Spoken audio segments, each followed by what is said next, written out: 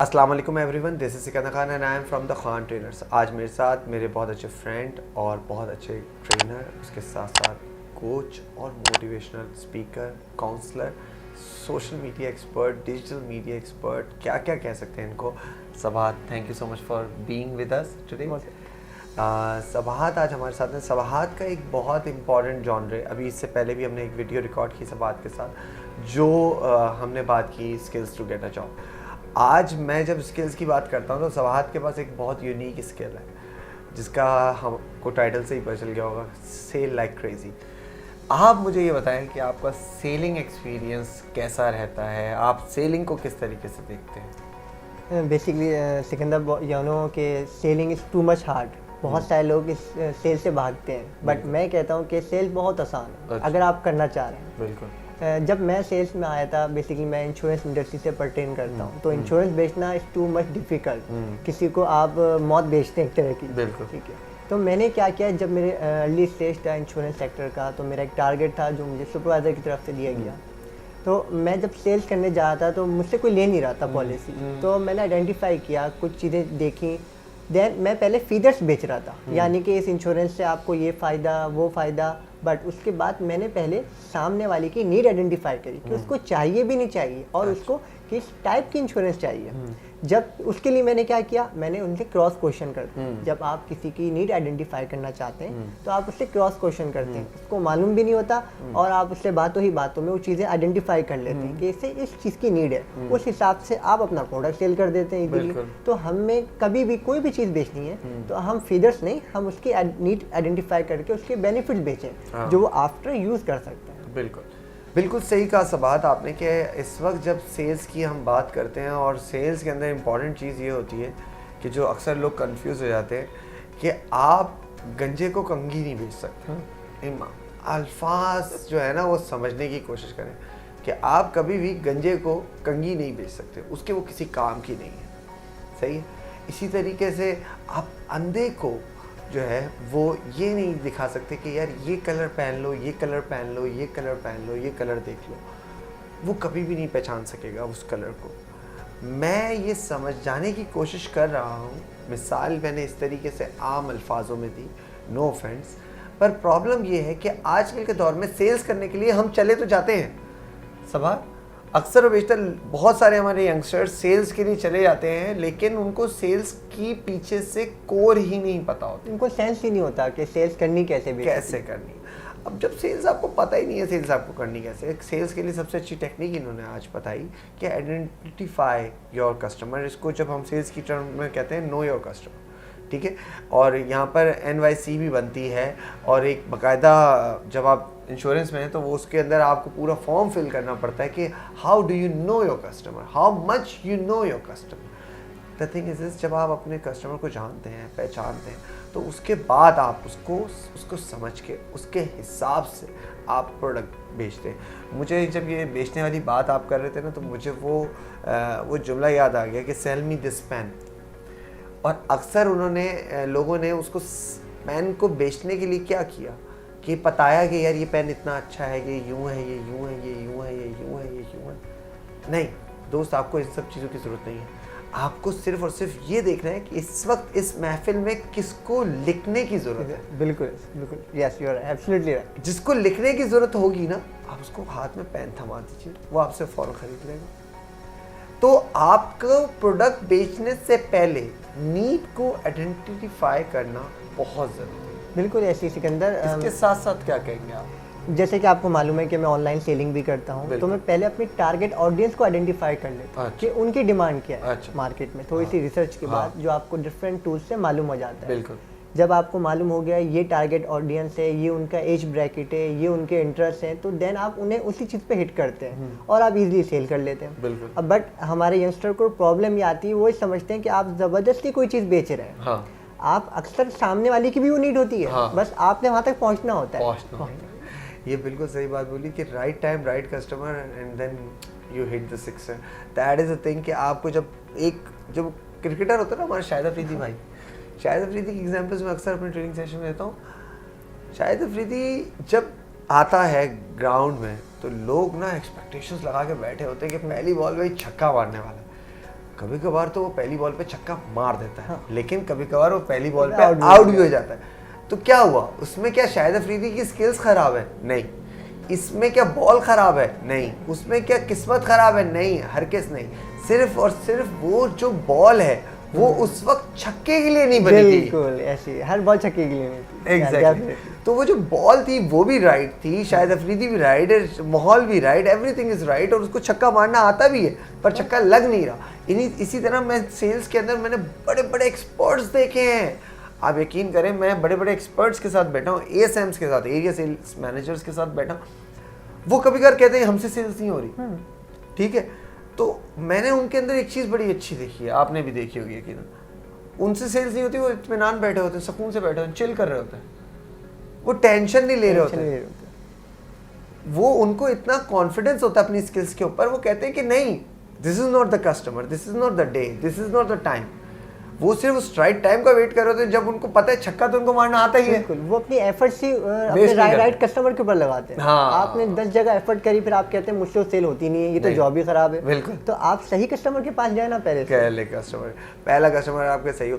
अच्छा, उसके साथ साथ मैं आपसे ये जानना चाहूँगा कि प्रोडक्ट को जानना कितना ज़रूरी है सेल्स के लिए? आप प्रोडक्ट के बारे में कितनी नॉलेज रखनी चाहिए? देखिए, ये बहुत इंपॉर्टेंट है। आप जो चीज़ सेल कर रहे हैं मार्केट में, जो सर्विस दे रहे हैं, जो भी प्रोडक्ट सेल कर रहे हैं, अगर मैं इंश्योरेंस की बात करूं तो मुझे इंश्योरेंस की बिल्कुल डीप नॉलेज होनी चाहिए, क्योंकि सामने जो क्लाइंट है आपका, वो कस्टमर है, वो आपसे क्वेश्चंस करता है कि किस तरह आप उसके डेली लाइफ में वो प्रोडक्ट बेनिफिट देगा उसे। बिल्कुल। तो उससे आप एग्जाम्पल के साथ बताएंगे, जबकि आप ही को ट्रेनिंग नहीं है उस प्रोडक्ट के हाले में, कभी आप ही ने यूज़ नहीं किया हुआ, तो आप इफेक्टिव सेल नहीं कर सकते। हाँ बिल्कुल। अच्छा, हाँ, ये जैसे अक्सर और बेशतर ये मैंने भी इंश्योरेंस में काम किया, आपको पता है यू नो। तो मैंने देखा था कि आपको खुद पॉलिसी जब तक आप नहीं लेंगे, जब तक आप उस प्रोसेस से नहीं गुजरेंगे, जब तक आप उस पॉलिसी को चेक नहीं करेंगे, मैच्योरिटी की तरफ नहीं लेके जाएंगे, जब तक आपका एक्सपीरियंस खुद का नहीं होगा या आपके क्लोज रिलेटिव से, यानी कि आपके घर पे भाई बहन या अम्मी अबू का या आपके स्पाउस का अगर ऐसा डायरेक्ट सामना नहीं हुआ होगा, तो आप कभी भी उस चीज़ को नहीं सेल आउट कर सकते। बिल्कुल।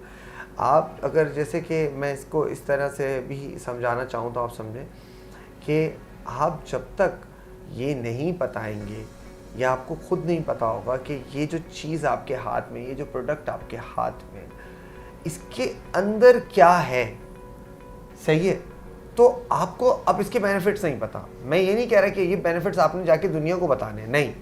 हमेशा ट्रेनर भी, मेरी बात भी हुई थी, बहुत अच्छे एक ट्रेनर हैं राहिल साहब, जुबली में ही होते हैं। उन्होंने उनसे मेरी बड़ी अच्छी बातचीत चल रही थी। मैंने उनसे यही बोला, मैंने कहा आप लोग ट्रेनिंग देते थे, प्रोडक्ट नॉलेज देते थे, लेकिन आप उसको ये नहीं बताते कि ये प्रोडक्ट नॉलेज आपने बतानी नहीं है। हर चीज़ आपने बतानी नहीं होती। आपको प्रोडक्ट नॉलेज है, वेल एंड गुड। अब आपको इसलिए ये प्रोडक्ट नॉलेज दी जा रही है, और ट्रेनर को भी ये चाहिए कि बताए कि ये इसलिए दी जा रही है कि आपको पता चले कि अब इसकी नीड किस किस किस किस को है। अब ग्लास है पानी का, सही है, तो आप प्यासे हैं, ठीक है, तो प्यासे को ही तो ज़रूरत है उस पानी के ग्लास की, ठीक है। अब फॉर एग्जाम्पल एक शुगर का पेशेंट है और आपके पास शरबत है, तो उस शरबत से बेशक उस शुगर के पेशेंट की प्यास बुझ जाएगी, लेकिन वो उसके लिए नुकसानदेह, बिल्कुल। तो आपने कभी भी ये नहीं करना। अक्सर और बेशतर मैंने सेल्स के अंदर लोगों के अंदर ये भी देखा, ये भी मेरा एक नेक्स्ट क्वेश्चन भी है आपसे, कि क्या करते हैं कि वो बस कस्टमर को हलाल करने के चक्कर में लगे रहते हैं। बिल्कुल ऐसी है, उसके किसी काम की है ही नहीं, सही। जैसे कि मैंने पहले बोला, पहले भी एग्जांपल दी कि अगर एक इंसान को ज़रूरत ही नहीं है, गंजा है, उसको बाल ही नहीं है, उसको कंघी क्या क्यों फायदा बेच उसको रहे? बेचने की? अगर उसने खरीद भी ली तो उसका नुकसान है या फ़ायदा है? नुकसान है उसका।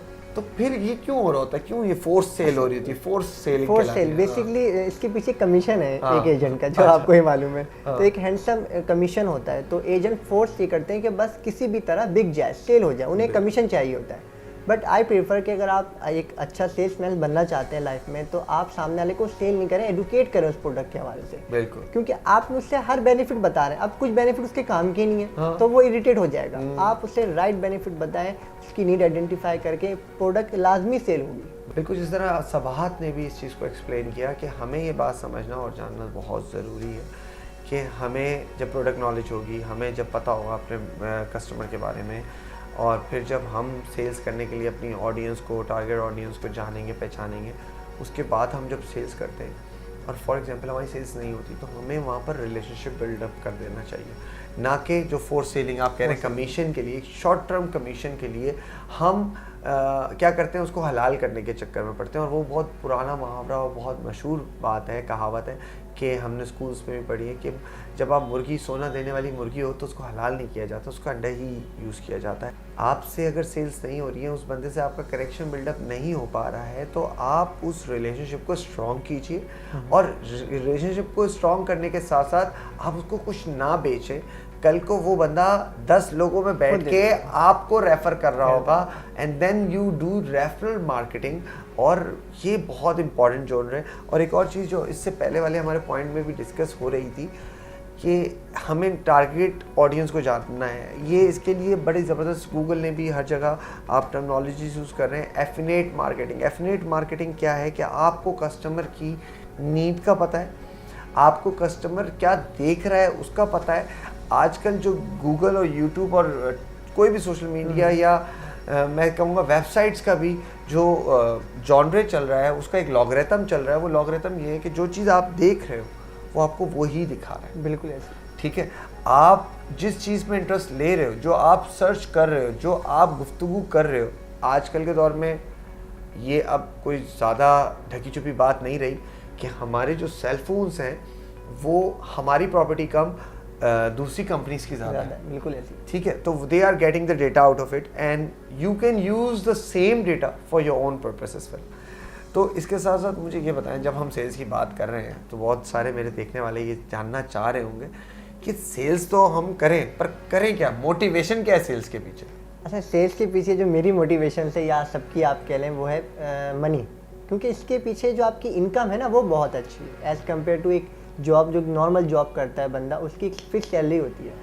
बस सेल्स में आपके पास इतने चांस है कि आप जल्दी अमीर बन सकते हैं। आपको इंसेंटिव होते हैं, आपके बोनसेस होते हैं, फिर आपके टूर्स भी होते हैं अगर आप अपना एनुअल टारगेट अचीव करते हो। तो ऐसा बहुत सारे लोग इसमें आते ही हुए हैं कि जल्दी पैसे कमाने के लिए, बट वही आपकी वाली बात कि वो फोर्सफुली पे स्टार्ट कर देते हैं रादर देन कि इसको एक तरीके का एक करियर बनाए। बिल्कुल सही कहा बात आपने कि इस तरीके से ही हम समझते हैं, अगर हम समझना चाहें एक बहुत आसान तरीके से। मैं अक्सर बीइंग अकाउंटेंट सबको समझा रहा होता हूँ कि एक तरफ पूरी कंपनीज के एक्सपेंसेस होते हैं, सारे चीज़ें होती हैं, और एक तरफ एक वर्ड लिखा जाता है जिसका नाम होता है सेल्स।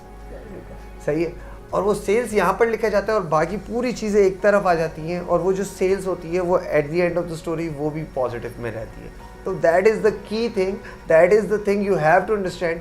कोई भी कंपनी, कोई भी बिजनेस, कोई भी सर्विसेज, कोई भी ऐसा काम जो कि इन अ फेवर ऑफ मनी किया जा रहा हो, इन अ रिटर्न ऑफ मनी किया जा रहा हो, पैसे कमाने के लिए किया जा रहा हो, उसके लिए सबसे इंपॉर्टेंट चीज़ क्या होगी? सेल्स।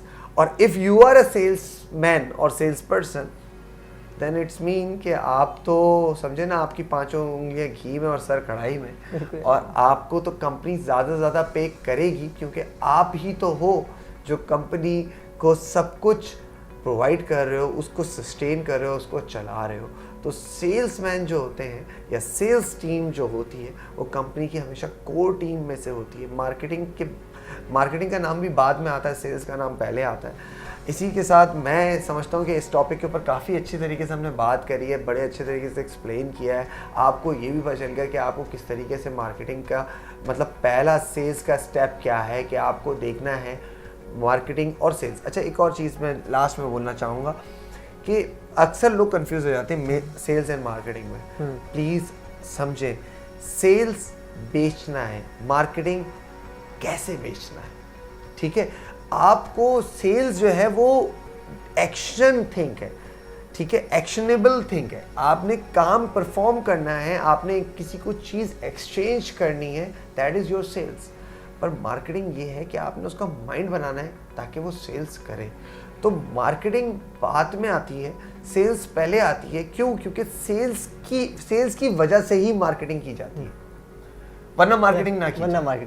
ठीक जरूरत ही है नहीं पड़ेगी तो कहने का मकसद है बहुत अच्छे तरीके से एक्सप्लेन हो गया है, सारे टॉपिक्स को एक्सप्लेन कर दिया गया है, आपके सामने बताया गया जा रहा है, आपको एग्जांपल्स दी जा रही हैं।